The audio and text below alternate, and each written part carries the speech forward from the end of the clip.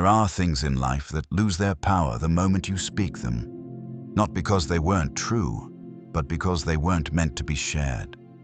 Not with just anyone.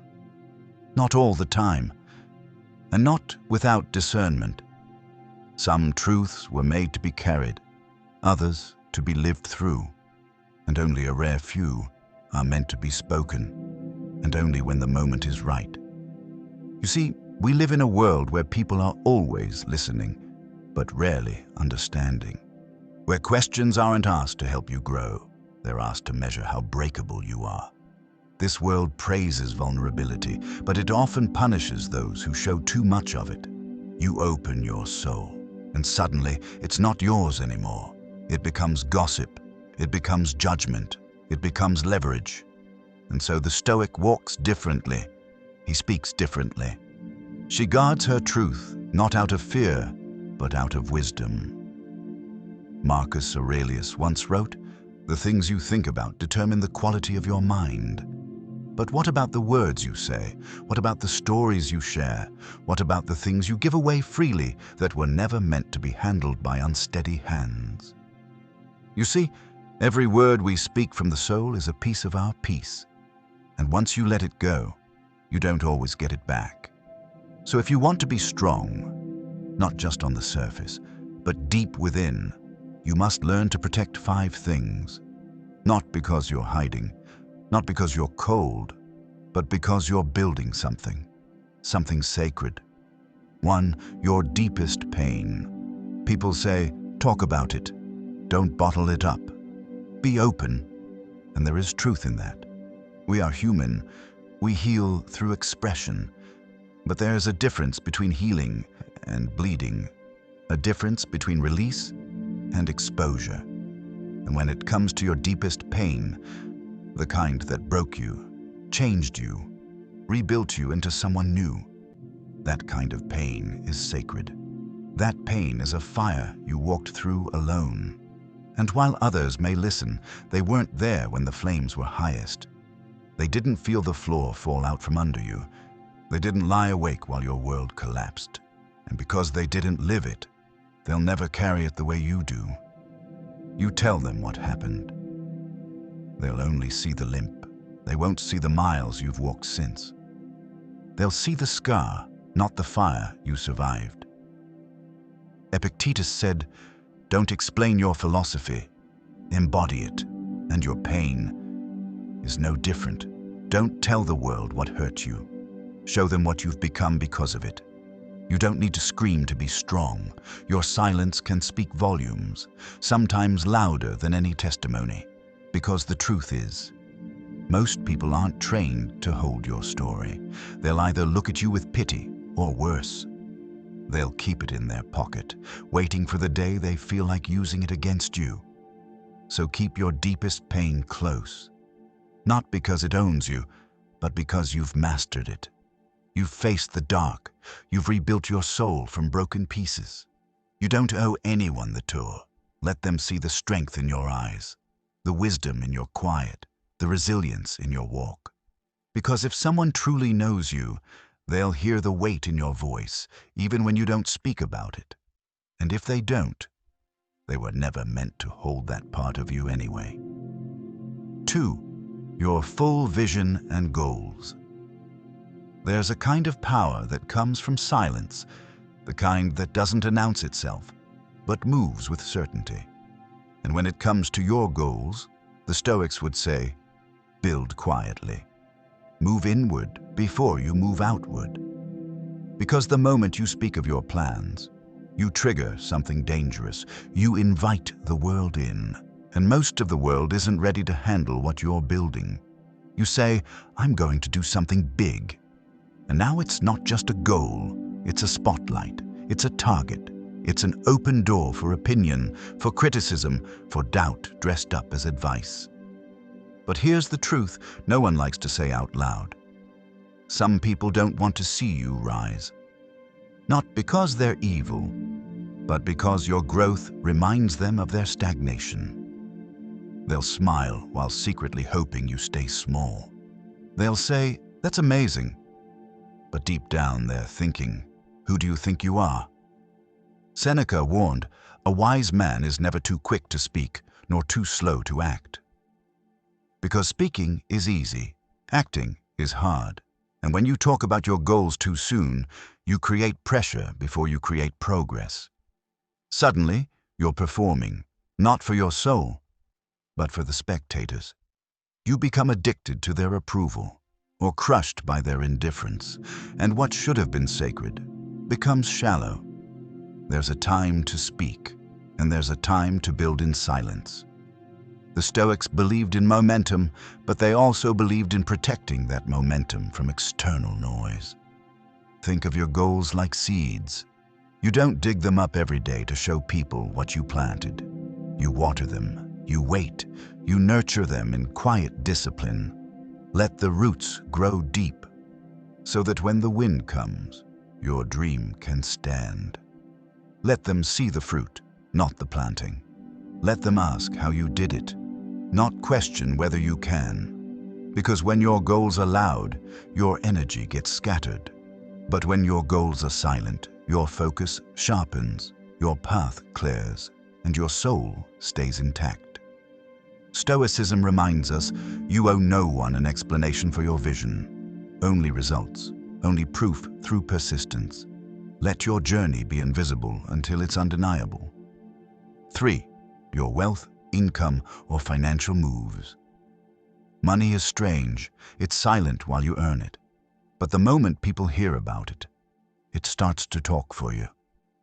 Suddenly, people see a number, not a name, a figure, not a face. You're no longer a person, you're a measurement. In this world, the more you show, the more you become a mirror, reflecting back people's insecurities, comparisons, and hidden envy. And the Stoics knew that wealth is not about what others see. It's about what you can walk away from, what you can endure, what doesn't control you. Marcus Aurelius said, "Receive without pride, let go without attachment." So why do we speak of our finances? To impress? To feel seen? To be admired for our strategy, our discipline, our success? But here's the truth. The more you talk about what you earn, the less control you actually have. Because now you've surrendered your privacy for perception. The world starts asking questions. How much exactly? What do you do? Can you help me? And behind the smiles, they start calculating. Your abundance becomes ammunition, not always spoken, but silently held against you. Some will admire it. Some will resent it. Some will act like they don't care, but change how they treat you anyway. And before you know it, you're adjusting your story, downplaying your wins, just to stay relatable. That's not freedom, that's performance. Seneca taught that fortune is never stable. It comes and goes like the tide. To attach your identity to what you have is to be enslaved by something that's always changing. So let them underestimate you. Let them think you're average.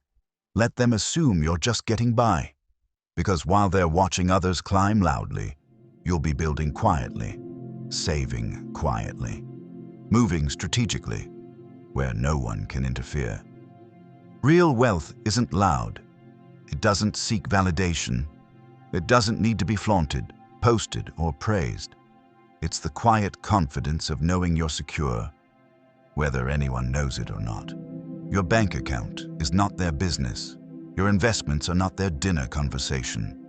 Your lifestyle is not up for public debate. The Stoic path is simple. Own much. Show little. Boast nothing. Because true power doesn't need to be recognized. It just needs to be real. For your acts of kindness, do good, but don't make it a headline. Help others, but don't turn it into a stage. Because the moment you speak of your kindness, it becomes something else. It stops being virtue and starts being currency. Kindness is sacred. It is quiet. It doesn't beg to be seen. It doesn't need to echo.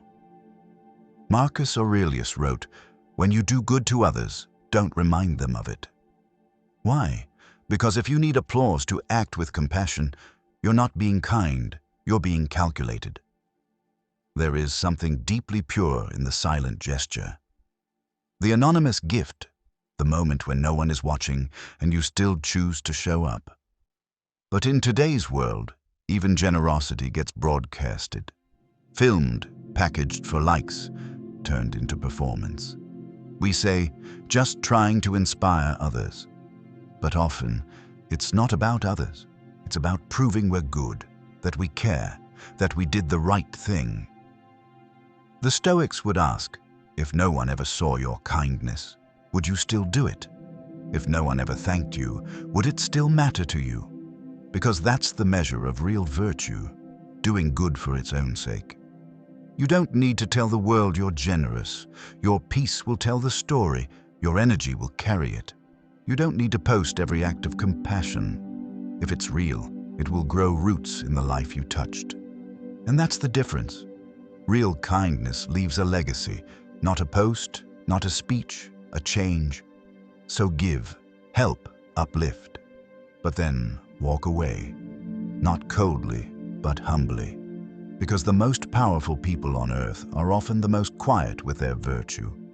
Not because they're hiding, but because they know this. What is pure doesn't need proof. So do good, but don't narrate it. Let your actions echo in silence. Let your character speak for you long after the moment has passed. 5. Your next move. There's a reason silence is feared. There's a reason quiet people carry weight when they walk into a room. Because you can't fight what you can't predict. You can't sabotage what you don't see coming. That's why your next move must stay in the shadows. Not because you're hiding, not because you're ashamed, but because you're building. The world doesn't need to see your blueprint. It needs to see your results. Because the moment you say, here's what I'm planning, you invite doubt. You open the door to opinions. You create pressure, expectation, noise. And the more people watching, the more you start performing, and what was once pure becomes polluted, not by failure, but by the weight of being watched. Marcus Aurelius said, "The more we value things outside our control, the less control we have. And nothing is more out of your control than how others react to your vision.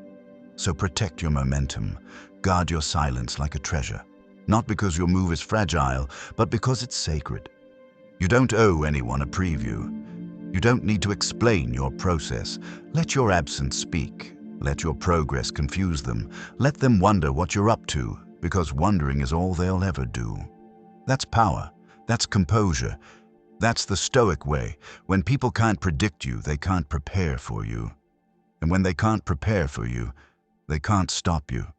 So keep your vision close. Speak less. Move more. Act with intention, and let your silence be a warning, because real success doesn't knock on the door with a parade. It shows up unannounced and changes the whole atmosphere. Walk lightly. Speak less. Move quietly. You've heard 5 truths now. 5 sacred things the world has no business knowing. Not because you're afraid, but because you're aware. Aware of how this world works. Aware of how easily what is sacred can be stripped of its power just by being said too soon, to the wrong person, at the wrong time. And so you become disciplined. Not cold, not distant, just clear. You keep your pain sacred, not hidden, but held. Transformed, not broadcasted. You keep your goals private, nurtured in silence, rooted in action. You keep your wealth quiet, measured by freedom, not by noise. You keep your kindness anonymous, because real virtue needs no spotlight, and you keep your next move silent, because strategy is stronger in the shadows. This is not loneliness. This is not mistrust. This is power. Stoic power, built not on what you show, but on what you withhold. Because the strongest people in the world are often the ones you know the least about. Not because they have nothing to say, but because they've learned not everything deserves to be spoken. Seneca said, "As long as you live, keep learning how to live." And learning how to live means learning what to say and what to keep sacred. So let them underestimate you. Let them assume. Let them talk. Let them guess. You're not here to be understood. You're here to be aligned, rooted, peaceful, unshaken.